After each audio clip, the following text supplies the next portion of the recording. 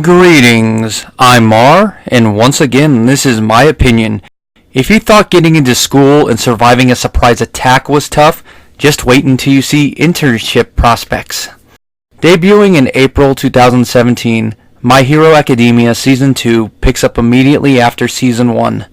The school is still recovering from the League of Villains attack, but the curriculum must carry onward. It's sports festival time, which provides the perfect opportunity for Class 1A to showcase their quirks and increase skills. But it's not all fun and games, as the festival is followed by the students undertaking hero internships to hone their skills with real-world practice. As a certain Jedi Master once said, it is their first step into a larger world. Season 1 lasted only 13 episodes. While short for an anime, it was the perfect length to introduce the concept, allow the first arc to play out, and end on a moment that leaves the audience wanting more. Season 2 consists of 25 episodes, which allows for both the festival and internship arcs to play out without either dragging. The latter also works in a filler episode. While filler can be hit or miss, this episode was all hit, focusing on the secondary characters and their everyday internship woes. Sue's boat mission is the highlight, allowing everyone's favorite frog to show off her quirk. The sports festival is to My Hero what the Chunin exams are to Naruto. Both are their respective shows' second arc and consist of multi-part tournaments. For My Hero, the tournament consists of a foot race followed by a fight. Both give the students the opportunity to show off their quirks on national TV, guided by what they've learned in school.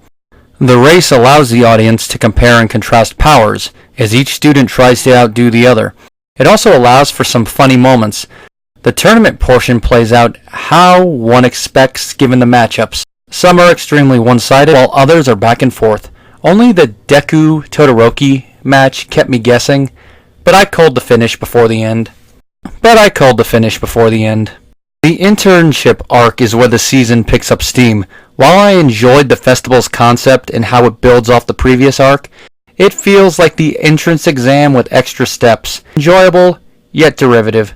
The internship also builds off what came before but places the students in an entirely new situation. We mainly follow Deku as he trains under Gran Torino, the same hero All Might trained under.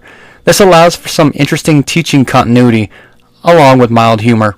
This arc also introduces Stain, the self-proclaimed hero killer. While the League of Villains remain in the background, Stain becomes the season's main antagonist. His threat is felt immediately, as he easily dispatches several lower-level heroes, including the elder brother of one of the secondary cast.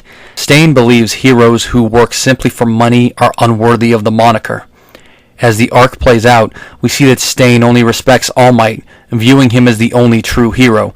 This leads to an interesting confrontation between Stain and Deku, who manages to get a good out-of-nowhere shot on the killer. This fight is the best of the season, choreographed well, and tension-filled. Midoriya's character growth continues, as does his application of One for All.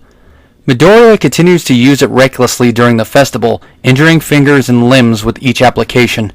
While his choices are strategic, in the long run, this usage could kill him. It's what leads to his loss during the festival.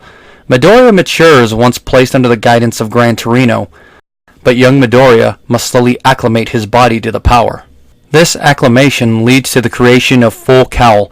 Using 100% of the quirk in one body part hurts the spot, but 5% over the entire body is sustainable. Midoriya uses Full Cowl throughout the rest of the season, showing it off during the battle with Stain and in post-internship battles. Deku has taken his next step into a larger world. I cannot wait to see what 20% looks like. While we come for the main characters, in certain shows we stay for the secondary cast. My Hero Academia is no exception. While mainly seen during the closing episodes, Season 2 gives the secondary cast time to shine, accentuating their character traits, quirks, and story arcs. Todoroki and Tenya are the bright spots in this regard. While his double quirk stood out during brief moments in Season 1, the festival allowed for Todoroki's backstory to be revealed. Deku is sad and uplifting, but Todoroki's is tragic. The product of eugenics, the Fire Ice user only exists because his father, All Might's rival Endeavor, wanted a child more powerful than the powerhouse Smiler. That is why he selected and bought Rei, even though it took several pregnancies. Todoroki despises his father and the power he inherited from him. Endeavor is an ass, so this feeling is justified, but it is heightened by a childhood incident where his mother burned his face with hot water. He still bears the scar, and since has refused to use his fire quirk. This vow is the main drama behind the finish to Todoroki's battle with Midoriya, as the current wielder of One for All attempts to light the fire. It works, leading to an explosive finale. Todoroki's family is not his destiny. Tenya's arc is connected to his elder brother Tensei, one of the pro-heroes crippled by Stain. Driven by family honor and reverence for his brother, Tenya attempts to battle Stain alone. While not the smartest move, anyone with siblings understands. Siblings fight, but in a life-or-death situation, we're always there.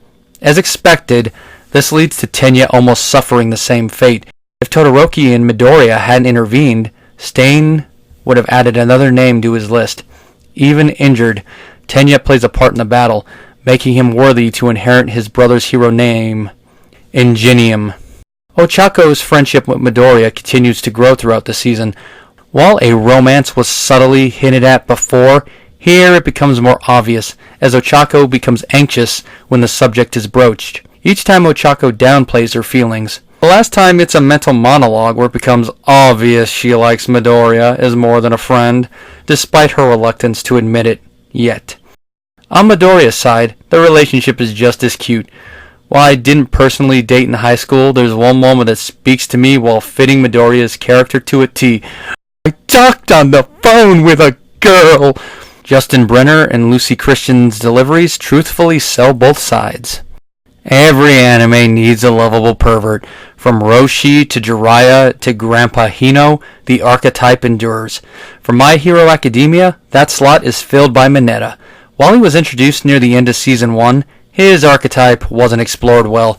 The most perverted he got was commenting on and grabbing Sue's breasts, an action everyone's favorite frog quickly punished him for. Here, his lechery goes into overdrive. From trying to spy on the girls' locker room via a peephole, to tricking the Class 1A heroines into dressing as cheerleaders, Mineta does it all. Sweet, sweet fan service. The voice Brina Palencia uses seals it, especially the slight lisp. The peephole incident briefly connects to Kyoka, as the earphone heroine is mildly self-conscious about her body, and she's the only one Mineta wasn't perving over. Foreshadowing, or a quick gag? I do wonder if Mineta will ever be more than comic relief, as Roshi, Meliodas, and Jiraiya show one can be lecherous and a badass at the same time. Given the nature of Mineta's quirk, this is improbable, but theoretically possible. Mineta just needs to get serious and train his mind. Introduced during Season 1's final episodes, the League of Villains doesn't accomplish much during this season. The most direct thing they do is attempt to recruit Stain. Shigaraki does hold Midoriya hostage during the season's final episode. We're also introduced to two new villains who will play a role next season, the brooding Dabi and the bubbly Himiko Toga. I recognize these two from seeing cosplays at conventions and can already see why they're popular with the fan base. Their brief appearance made me a fan too, especially Himiko. She's like a teenage vampiric Harley Quinn. Season finale credits mark All for One's physical debut. All Might's rival, he will play a part in Season 3, and I'm hyped for the final battle. While named in Season 1, not much information was divulged regarding One for All. It was transferable and gave the user incredible power. Following the festival, All Might reveals more information to Midoriya and the audience.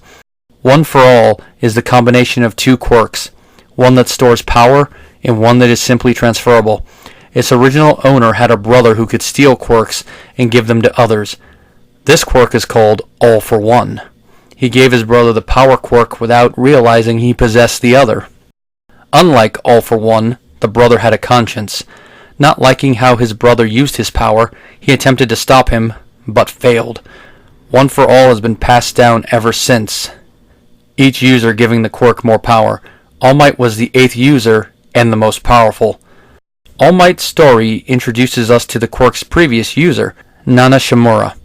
Not only was she a powerful heroine, but helped All Might develop his trademark of saving people with a smile. My Hero Academia Season 2 is excellent. The pacing doesn't drag, both arcs are engaging in their own way, and the characters develop well.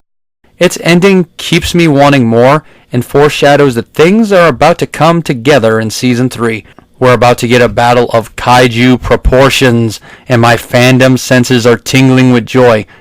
My only question is, how did Gran Torino shrink that much?